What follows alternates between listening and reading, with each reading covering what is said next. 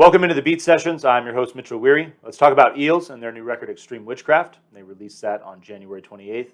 This is their 14th studio album and follows 2020's Earth Adora.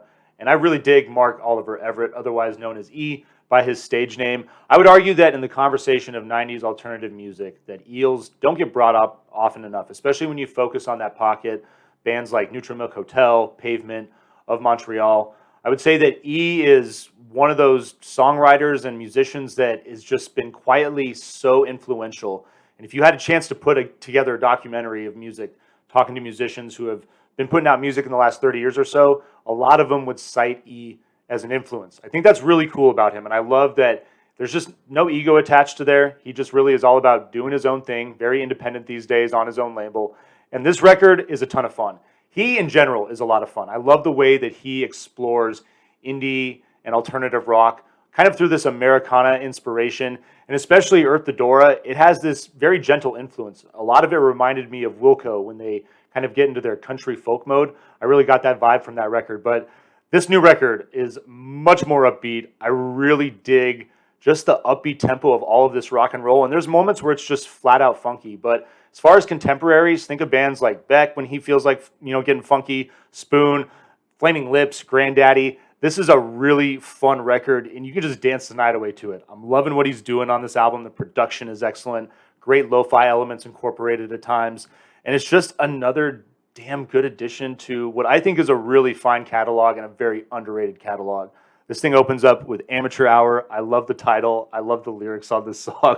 It's lively, upbeat. It's definitely this like bluesy garage rock style opener, and it definitely sets the pace for what is a really just fun, exciting album. Leads into Good Night on Earth. It's got this retro dance punk feel. Really reminded me a little bit of the Buzzcocks. I get that kind of punk vibe from it, but I just love the way the song works into the hook, especially as well. Nicely done on that track. Strawberries and Popcorn is your third song. It's got this surf pop feel, definitely feeling mellow Beck.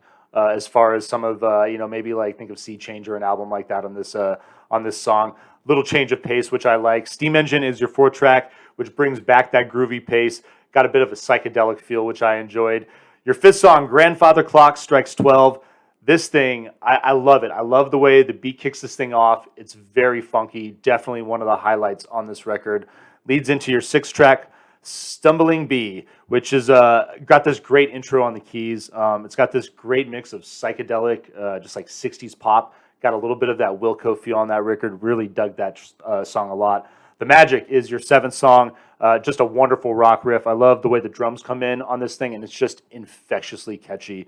Definitely another one of the highlights on this record. Phenomenal track. Leads into your eighth song, Better Living Through Desperation. Kind of a dark title, but E is known for that. He's definitely, I love the way he writes songs. A lot of them oftentimes are very personal, and then a lot of stuff is just written in just a very general, I guess, philosophical way. And I love that dynamic. I love how he can approach songs lyrically in a number of different ways for that reason. So anyway, as your ninth track, it's got this mellow alternative rock feel, which I enjoyed. Your 10th song, What It Isn't. It's got this light Beatlesque intro, which I dig, like on the synths.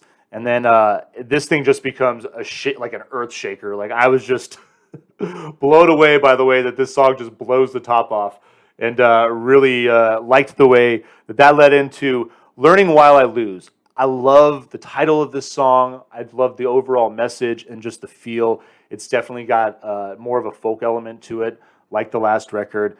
And again, lyrically, I would say that this is probably my favorite song on the record. Really enjoyed it as a penultimate feature.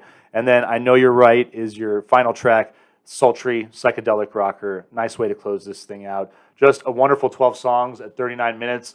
This is, I think, definitely going to be one of the finer records of the year. Eels just, I hope that this gives them, maybe just a little more commercial visibility. They've had their moments, songs and movies and, other projects, whatever, here from time to time.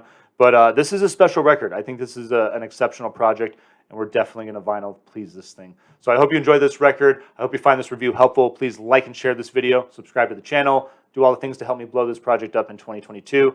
And stay tuned throughout the week for more album reviews. We'll see you next time on the Beat Sessions.